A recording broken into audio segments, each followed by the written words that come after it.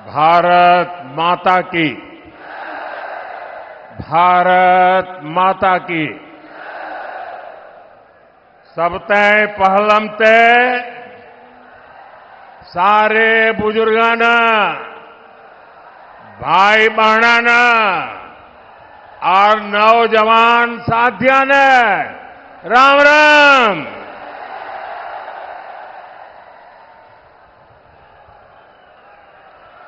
मैं सबसे पहले तो आप सबकी क्षमा मांगना चाहता हूं, क्योंकि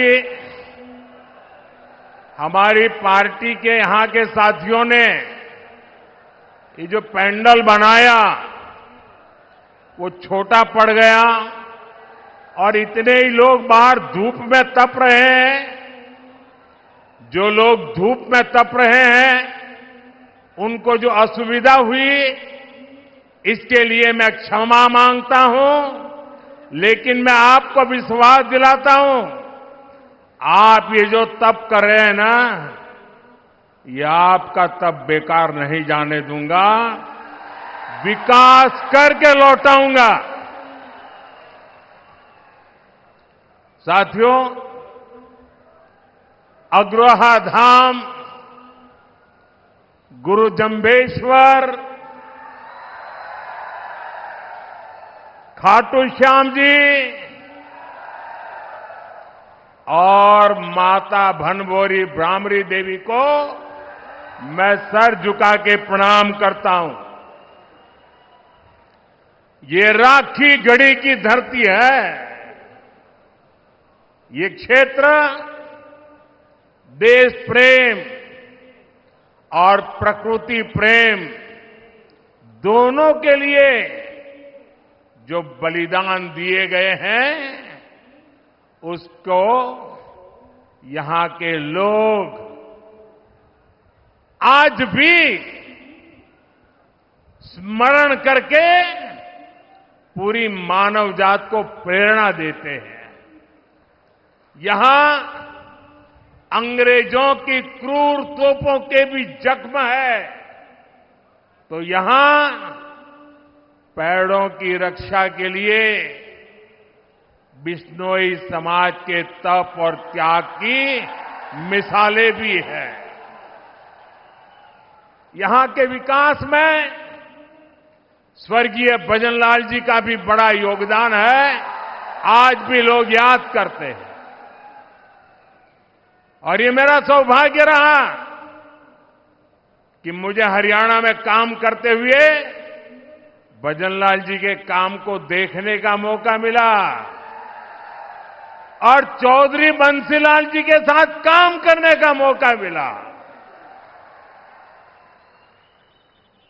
और चौधरी बंसीलाल जी मुझे हमेशा कहते थे कि भाई देख, तेरा और मेरा विशेष नाता है।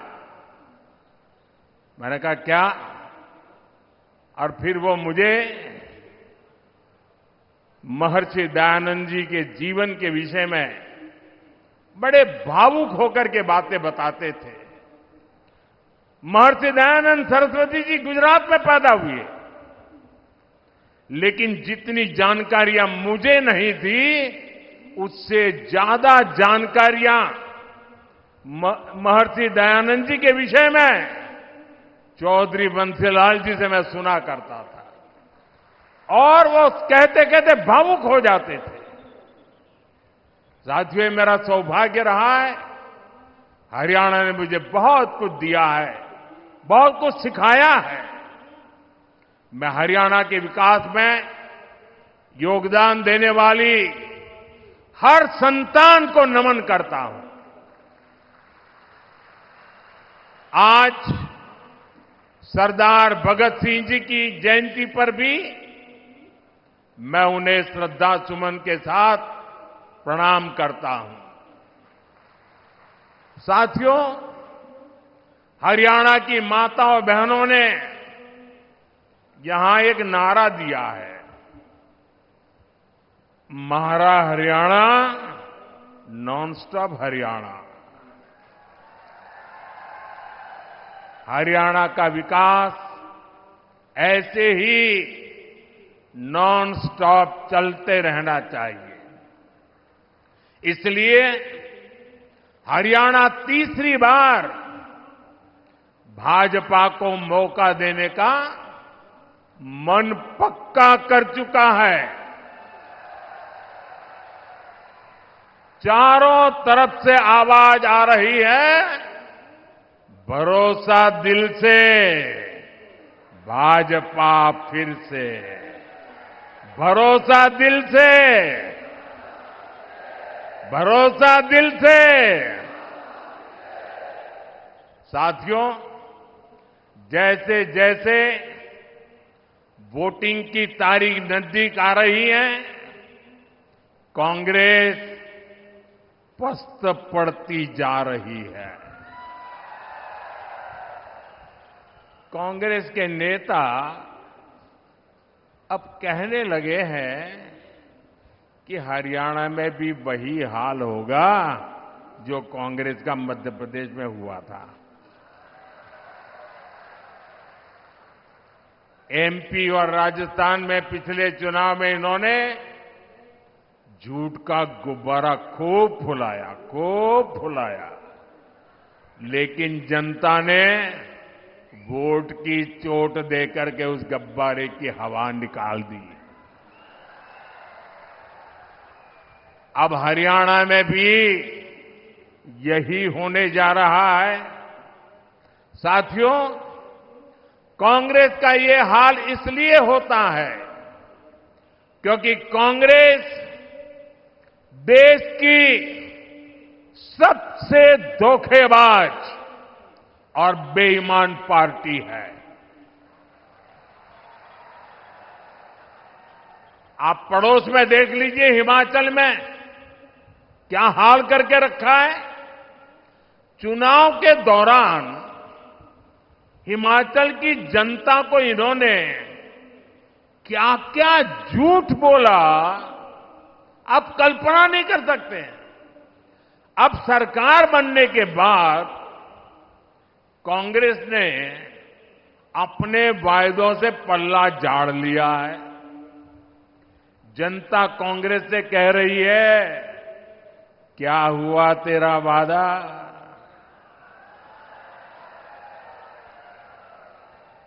और कांग्रेस जनता से पूछ रही है, तुम कौन? दिल्ली के शाही परिवार ने झूठ बोलकर हिमाचल के लोगों को फंसा दिया। आज हिमाचल में कर्मचारियों को उनकी सैलरी और डीए देने तक इनके पास बजट नहीं है। साथियों, जहां कांग्रेस होती है वहां कभी भी स्थिरता नहीं आ सकती। जो पार्टी अपने नेताओं के बीच एकता नहीं ला सकती, वो राज्य में स्थिरता कैसे लाएगी? आप देख रहे हैं कि कैसे यहां कांग्रेस में मुख्यमंत्री बनने के लिए मारामारी मची है। बापू भी दावेदार है और बेटा भी दावेदार है, और दोनों मिलकर बाकियों को निपटा लेने लगे हैं। और ये सब देख करके हरियाणा के जागरूक नागरिक कांग्रेस को निपटाने में लग पड़े हैं। कुछ लोग ऐसे हैं जिन्होंने तन मन धन से दिल्ली के शाही परिवार की सेवा की है। अब वो भी पूछ रहे हैं कि उनसे क्या गलती हुई। यहां कांग्रेस का हर गुट, हर सीट पर एक दूसरे को पटखनी देने में ही लगा हुआ है। साथियों, इस गुटबाजी के बीच कांग्रेस में दलितों और पिछड़ों के लिए दरवाजे एकदम बंद है। कांग्रेस जानती है कि दलित उसको वोट नहीं देता, इसलिए वो पूरे दलित समाज से नफरत करती है।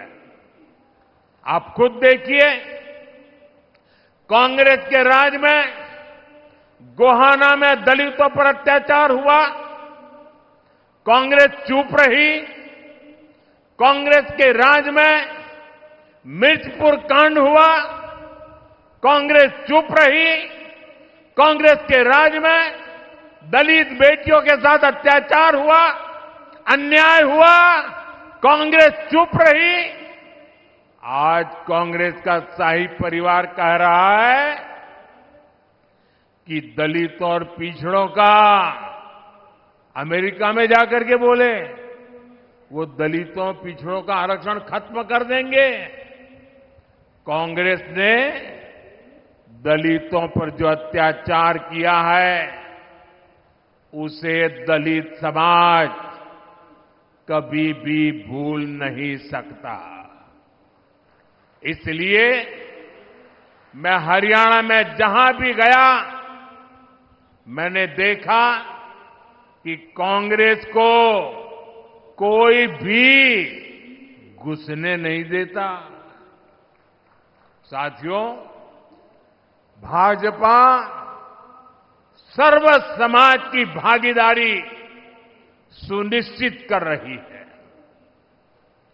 हमारे मुख्यमंत्री सैनी जी सबको साथ लेकर आगे बढ़ रहे हैं। अब देखिए, हमारी सरकार ने हरियाणा के मुख्यमंत्री निवास का नाम कबीर कुटीर रखा है। यहां हिसार में ही दलित परिवारों में भी जो वंचित है उनके बच्चों के लिए बने कबीर छात्रावास का फंड भी भाजपा ने बढ़ाया। भाजपा सरकार वंचितों को सिर्फ सहारा देती है, इतना नहीं बल्कि उनके सपनों को उड़ान भी देती है। साथियों, जिनको कोई नहीं पूछता, मोदी उनको पूजता है।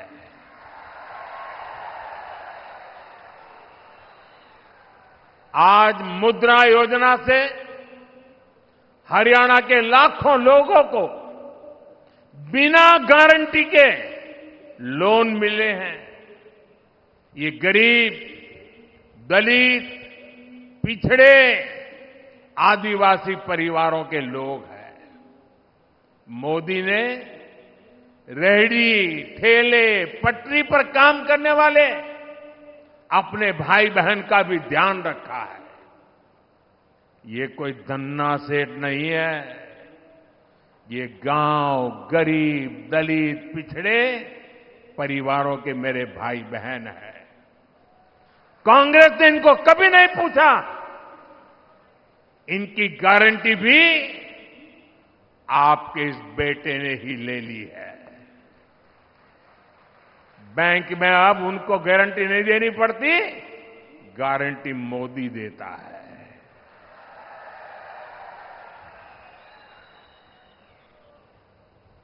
इनको भी पीएम स्वनिधि योजना से हजारों रुपए की मदद बिना गारंटी के बैंक से मिली है। साथियों, कांग्रेस इतना बड़ा स्वार्थी दल है कि उसे वोट के अलावा कुछ नहीं दिखता। कांग्रेस ने किसानों को भी हमेशा वोट बैंक के रूप में ही देखा है। कांग्रेस ने हमेशा किसानों को पानी के लिए तरसाया है, जबकि भाजपा उनकी समस्याओं का समाधान कर रही है। मैं हिसार, सिरसा, भिवानी, फतेहाबाद के किसानों की समस्याओं को समझता हूं। हिसार के कुछ हिस्सों में जो सेम की समस्या आ रही है, उसकी जानकारी भी सरकार को है। इसका समाधान करने के लिए भी सरकार बनने के बाद प्रयास तेज किए जाएंगे। साथियों, कांग्रेस यहां किसानों के लिए बड़ी बड़ी बातें करती है, लेकिन आपको भूलना नहीं है, हुड्डा जी सरकार तो 2 रुपये के मुआवजे वाली सरकार थी। हर किसान को याद है, ये 2 रुपया मुआवजे वाली सरकार। फर्क देखिए दोस्तों, ये भाजपा सरकार है जो बिना मांगे देश के 10 करोड़ से ज्यादा किसानों को पीएम सम्मान निधि हर वर्ष 6,000 रुपया सीधे उनके बैंक में खाते में जमा करती है, उनके सम्मान की चिंता करती है। और वो लोग 2 रुपये का मुआवजा, क्या हमारे हरियाणा के किसानों का अपमान करते समय आपको शर्म नहीं आई? ये सम्मानित किया जाता था। इसलिए मैं आज आप लोगों को हाथ जोड़ करके काम दे रहा हूं और मुझे विश्वास है आप इस काम को करने में कभी पीछे नहीं हटेंगे। जब भी कांग्रेस के लोग आपसे किसानों की बात करें, आप उनसे एक बात पूछोगे? जरा जोर से बोलिए ना, पूछोगे? जरा उनको पूछना कि आप जो हरियाणा में बड़ी बड़ी बातें करते हो, बड़ी बड़ी घोषणाएं कर देते हो, तारे तोड़ करके लाने की बातें कर रहे हो। अरे भाई, तुम्हारी कर्नाटका में सरकार है, तेलंगाना में सरकार है, हिमाचल में सरकार है, कुछ तो लागू करके दिखाओ। जरा इसको इतना पूछ लीजिए। ये यहां बातें करते हैं और वहां लागू नहीं करते हैं। कर्नाटका में इनकी सरकार है, वहां कांग्रेस सरकार बनने के बाद सैकड़ों किसान आत्महत्या कर चुके हैं। सच्चाई यही है कि कांग्रेस देश के किसानों के जान की दुश्मन है। वो सिर्फ किसानों को झूठ बोल सकती है। यहां कांग्रेस ने एमएसपी पर भी आपसे सिर्फ झूठ बोला है। सच्चाई यह है कि यहां भाजपा की सरकार 24 फसलों को एमएसपी पर खरीद रही है, जबकि कांग्रेस शासित राज्यों में इक्का दुक्का फसलें ही एमएसपी पर खरीदी जाती है। आप मुझे बताइए, ऐसी धोखेबाज कांग्रेस पर क्या हमारे किसान भरोसा कर सकते हैं क्या? हाथ ऊपर नहीं, मुंह से बोलिए। भरोसा कर सकते हैं क्या? साथियों, हरियाणा का भरोसा तो भाजपा पर ही है। बीते 1 दशक में भाजपा ने यहां विकास को नई गति दी है। यहां चारों तरफ चौड़ी सड़कों का जाल बिछाया गया है। आज 5 जोड़ी वंदे भारत ट्रेनें ये मेरे हरियाणा में चलती है। हिसार से रोहतक जाने के लिए हंसी हिसार रोहतक लेन लाइन शुरू कर दी गई है। इससे हिसार से रोहतक पहुंचने के लिए समय आधा हो गया है। साथियों, ये क्षेत्र अब एक बड़ा व्यापारिक केंद्र बनने की तरफ कदम बढ़ा चुका है।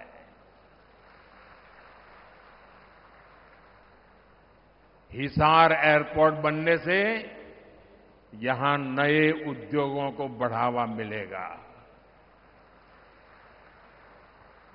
और आज मुझे बता रहे हैं कि इतना बड़ा जहाज पहली बार यहां उतरा है और मुझे आने का सौभाग्य मिला है। और भाजपा सरकार बनने के तुरंत बहुत ही कम दिनों में इसका कॉमर्शियल कामकाज भी शुरू हो जाएगा दोस्तों। और इसका फायदा व्यापार उद्योग के साथ साथ यहां के किसानों को भी होने वाला है। अब किसानों की उपज आसानी से कम समय में विदेश निर्यात कर पाना संभव हो पाएगा। और आज हिंदुस्तान के किसानों के द्वारा पैदावार की गई चीजें दुनिया के बाजार में गर्व से बिक रही है। इससे व्यापारियों को, दुकानदारों को, किसानों को, हर किसी को फायदा होने वाला है। हमारा प्रयास यही है कि यहां नए उद्योग लगे। हम चाहते हैं यहां दुनिया भर से निवेशक आए ताकि युवाओं को ज्यादा से ज्यादा रोजगार मिले। साथियों, कांग्रेस ने यहां के युवाओं पर भी दोहरा वार किया है। एक तो कांग्रेस के समय में बिना खर्ची पर्ची के सरकारी नौकरी नहीं मिलती थी। दूसरा, घूस देने के लिए गरीब को खेत तक बेचने पड़ते थे। भाजपा ने बिना खर्ची पर्ची नौकरियां दी। और यही बात कांग्रेस को अखर गई है। इसलिए कांग्रेस की भर्ती रोको गैंग ने युवाओं को नौकरियां देने पर ब्रेक लगवा दिया।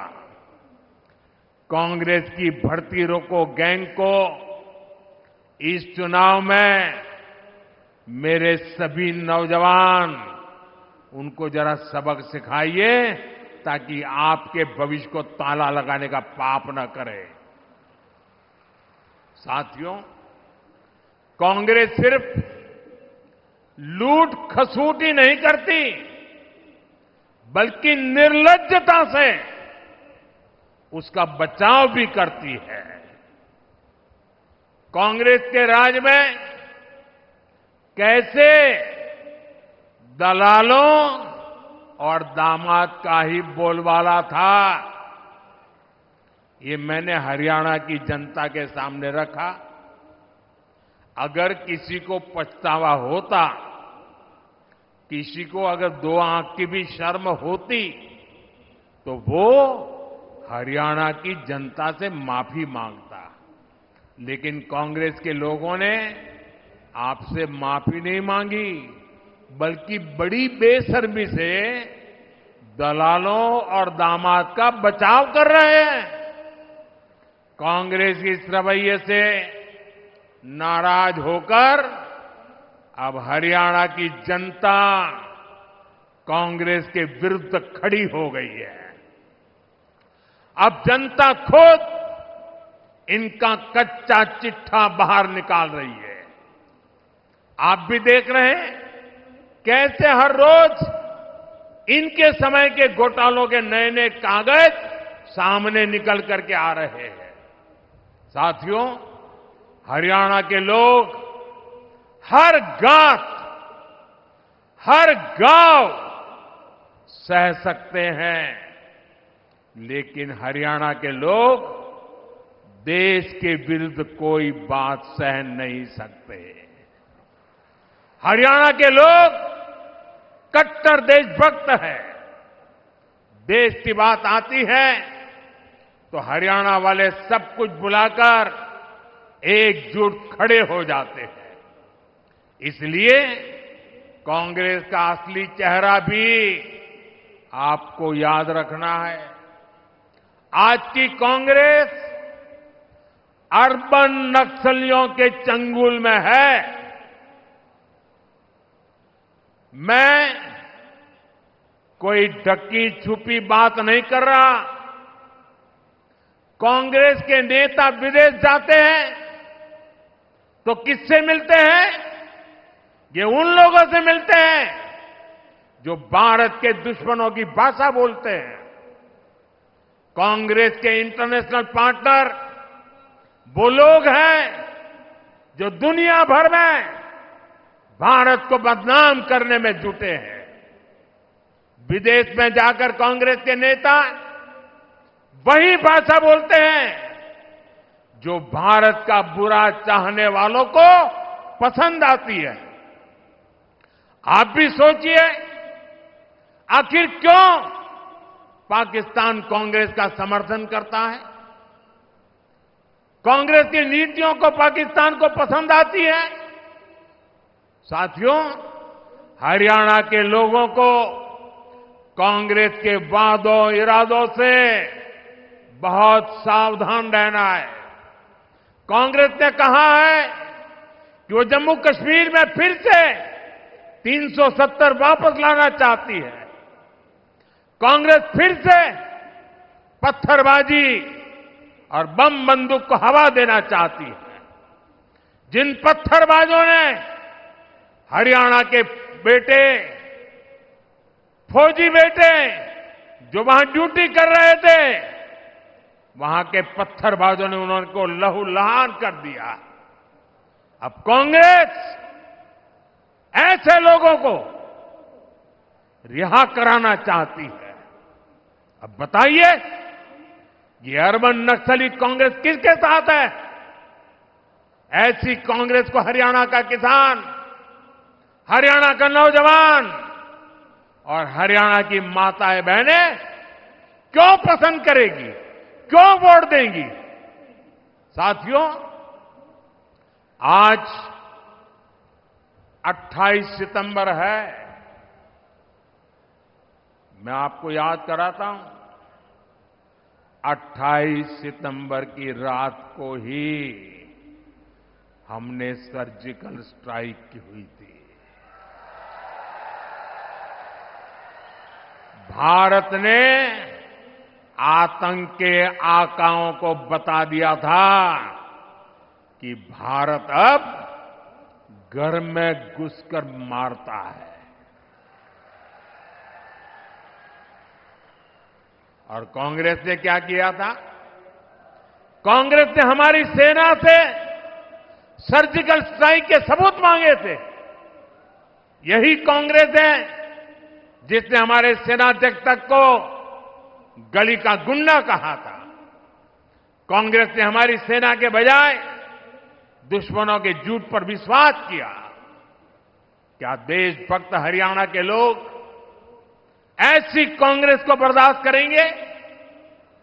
साथियों, यही कांग्रेस है जिसने दशकों तक हमारे फौजी परिवारों को 1 रैंक 1 पेंशन नहीं दी। कांग्रेस सिर्फ 500 करोड़ रुपए दिखाकर झूठ बोलती थी कि 1 रैंक 1 पेंशन लागू करेगी। मैंने हरियाणा के रेवाड़ी से अपने सभी फौजी परिवारों को गारंटी दी थी कि प्रधानमंत्री बनते ही ओआरओपी लागू करूंगा। हमारी सरकार ओआरओपी 1 रैंक 1 पेंशन के 1,20,000 करोड़ रुपए से ज्यादा पूर्व फौजियों को दे चुकी है। यहां हरियाणा के 1.5 लाख पूर्व सैनिकों को भी 10,000 करोड़ रुपए से ज्यादा पैसे उनके खाते में जमा हो चुके हैं। 1 रैंक 1 पेंशन ओआरओपी उदाहरण है कि कांग्रेस कभी फौजियों का भला नहीं सोच सकती। साथियों, भारत में आज अगर सबसे बड़ा सांप्रदायिक दल कोई है तो वो सांप्रदायिक दल भी कांग्रेस पार्टी है। कांग्रेस की सांप्रदायिकता की सजा हरियाणा भी भुगत रहा है। कांग्रेस तुष्टीकरण के लिए ऐसी मानसिकता को बढ़ावा दे रही है जिससे हमारी बहन बेटियों पर हमले हो रहे हैं। आपने कांग्रेस के विधायक की धमकी जरूर सुनी होगी। वो कहता है कि कांग्रेस जीती तो लोगों को अपना घर-बार छोड़ना होगा। अभी ये आलम है, सत्ता तो मिली नहीं है, मिलने की संभावनाएं नहीं है, लेकिन जनता को पर जुल्म करने की बातें कर रहे हैं। अगर ऐसे लोगों को सत्ता मिल गई तो क्या होगा, ये सोच करके भी रोंगटे खड़े हो जाते हैं। इसलिए हरियाणा के हर वोटर से मैं कहूंगा कि जब भी वोट डालने जाना तो ऐसी धमकियों को जरूर याद रखना। साथियों, हरियाणा की जनता और हरियाणा भाजपा के कार्यकर्ता एक साथ मिलकर विकास को नई गति देने के लिए तैयार है। ये मेरा सौभाग्य है कि मुझे बूथ स्तर के भाजपा कार्यकर्ताओं से पिछले दिनों उन सबसे बातचीत करने का अवसर मिला। 2 दिन पहले अनेक साथियों से मेरी चर्चा हुई। उनका आत्मविश्वास देखकर मेरा विश्वास और ज्यादा बढ़ गया है। मैं हरियाणा के सभी भाजपा कार्यकर्ताओं से भी कहूंगा, हरियाणा हांगे का प्रदेश है, पूरा हांगा ला दियो।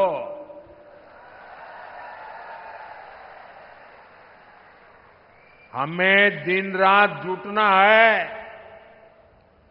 बूथ तक के सारे साथी लाने पड़ेंगे। इनके सारी कसर काट दियोगे। साथियों, चुनाव लोकतंत्र का इतना बड़ा उत्सव है, इसमें सभी कार्यकर्ताओं का साथ आना जरूरी है। सभी ने मना के साथ ला लियो, तीसरी बार फिर सरकार बनाना ही है।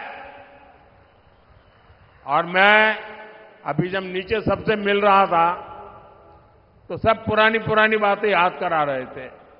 कई लोग बता रहे थे, आप मेरे घर आए थे, आपने मेरे यहां खाना खाया था, आप मेरे स्कूटर पर आए थे। सारे पुराने पुराने साथी अभी मिलते हैं तो याद कराते हैं। एक साथी ने याद कराया कि मैं जब यहां चुनाव लड़वाता था हरियाणा में, बोले वो मंत्र जरूर दीजिए। मैं हमेशा कहता था सबसे मजबूत मेरा पोलिंग बूथ, यही हमारा मंत्र होना चाहिए। और मैं आज हिसार में सार्वजनिक रूप से कहता हूं, मैं हर भाजपा समर्थक को, हर भाजपा कार्यकर्ता को कहूंगा कि आप कागज पे 5 परिवार के नाम लिख दीजिए और तय कीजिए कि इन 5 परिवारों के सबके वोट पड़ेंगे और भाजपा के कमल पर ही बटन दबेगा। अगर एक एक कार्यकर्ता 5 परिवार की चिंता कर ले आने वाले 5 दिन 6 दिन, मैं पक्का मानता हूं हरियाणा में पुराने सारे रिकॉर्ड टूट जाएंगे।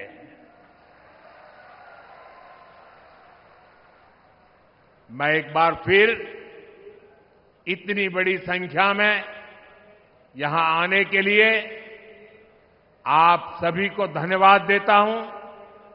हमारे सभी उम्मीदवारों से मेरा आग्रह है, जरा आगे आ जाएं।